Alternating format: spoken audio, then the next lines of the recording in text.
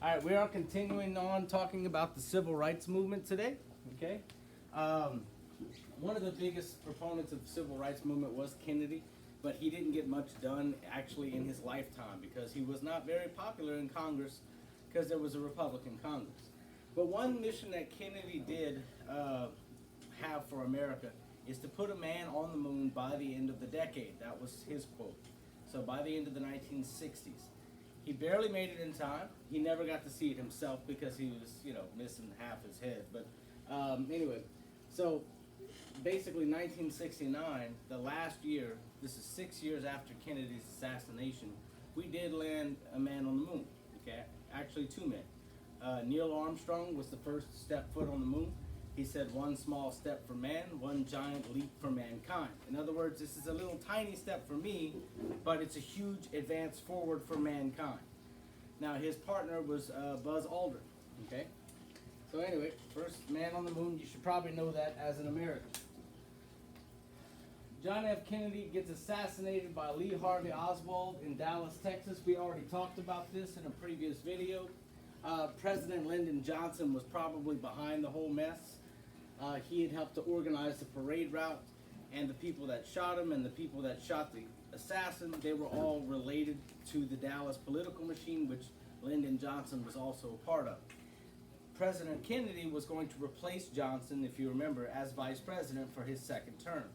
And then he got shot, and then Johnson becomes president. So, after Kennedy's assassination, we start wondering, but what happens if the president and the vice president get killed at the same time? We didn't have an answer for that in the Constitution. So what we did is Congress wrote up the 25th Amendment to the Constitution, which is the official order of succession for the president. It says, okay, if the president and the vice president die, well, the Speaker of the House becomes president. Well, what if all three of those people die at the same time? Well, then who's fourth in line? Who's 10th in line? Who's 125th in line? We actually figured it out down to that level. So that's the 25th Amendment to the United States Constitution. Now, this is the assassination right here, a picture of it. We have the first guy right here in the car got shot, and then it went through this guy. He got shot as well, and into Kennedy. One bullet hitting three people, okay? And remember, Lee Harvey Oswald was supposedly 4 or 5 flights upstairs. He was in a tall building. So his rifle bullet would have had to ricochet off the windshield and then change directions in order for it to be healed. So you can make your own mind up about that. Anyway, moving on from that. Now, with Johnson as president, he was a master politician, as the notes say. He realized that he could use the death of Kennedy to really get what he wanted. No matter what, all he had to do was invoke the name of Kennedy, and it was his. Because nobody wants to go against the dead guy, So at that point, the Republican Congress starts to actually do what Lyndon Johnson says. He takes all of JFK's things that he wanted, the New Frontier and all that, his domestic program, and he shoves it down Congress's throat. And he says, you're going to pass it for Kennedy. Let's do it for Kennedy, man. He was all using his emotions and everything like that. And it worked like a charm. Nobody wants to go against the dead president. So, let's see. Yeah, I think we already did that. Okay, so what what Johnson does, and by the way, in case you remember or don't remember, I think President Lyndon Johnson is the worst president we've ever had, okay, because of what he did. So, his domestic policy was called the Great Society.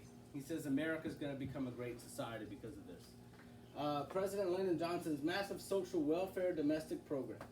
Besides civil rights, this program also stressed urban renewal. So we're going to renew the cities. We're going to actually have a lot of housing projects. And a war on poverty.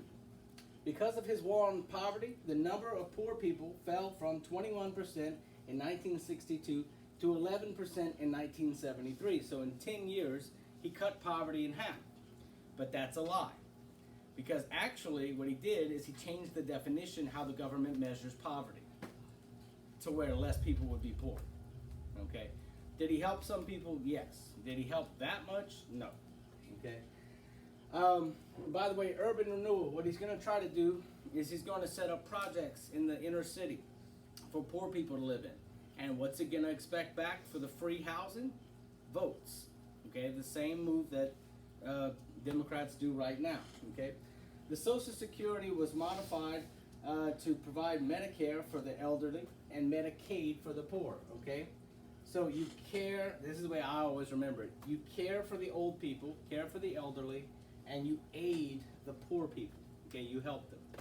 So basically, this is free or low-cost health insurance for old people and for poor people.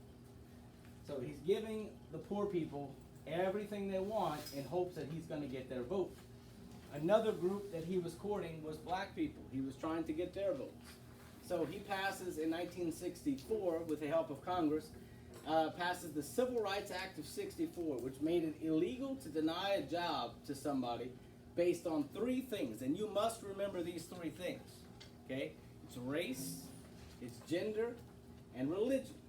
So you can't say, well, you're a Baptist, so I'm not going to give you this job. I want a Catholic in this job.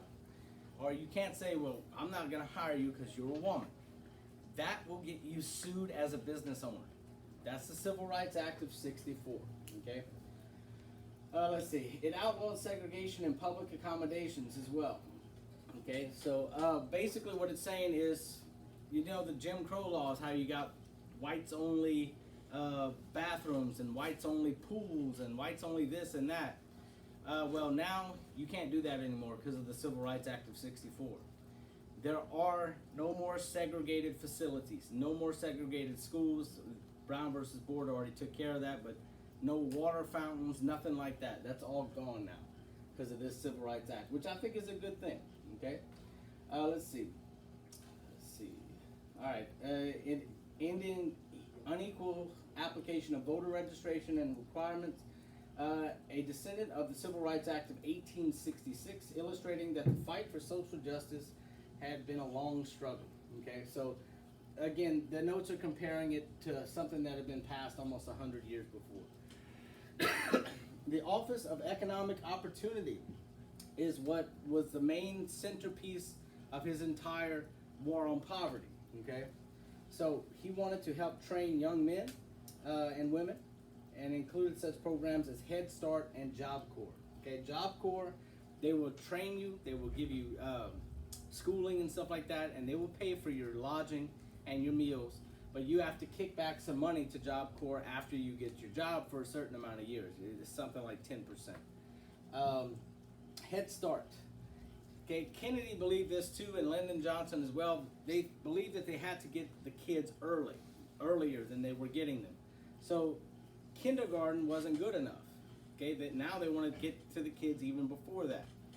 So they created the Head Start program, which is still here. It's actually the longest running government program in history. All right, here we go. Questions. The Civil Rights Act of 64 made it illegal to do what? Operate segregated public accommodations. Okay, so you cannot have blacks only pools and whites only pools. Okay, it ended the segregation there. Which social problem did Lyndon Johnson's Great Society programs attempt to address most directly? Well, that's going to be poverty.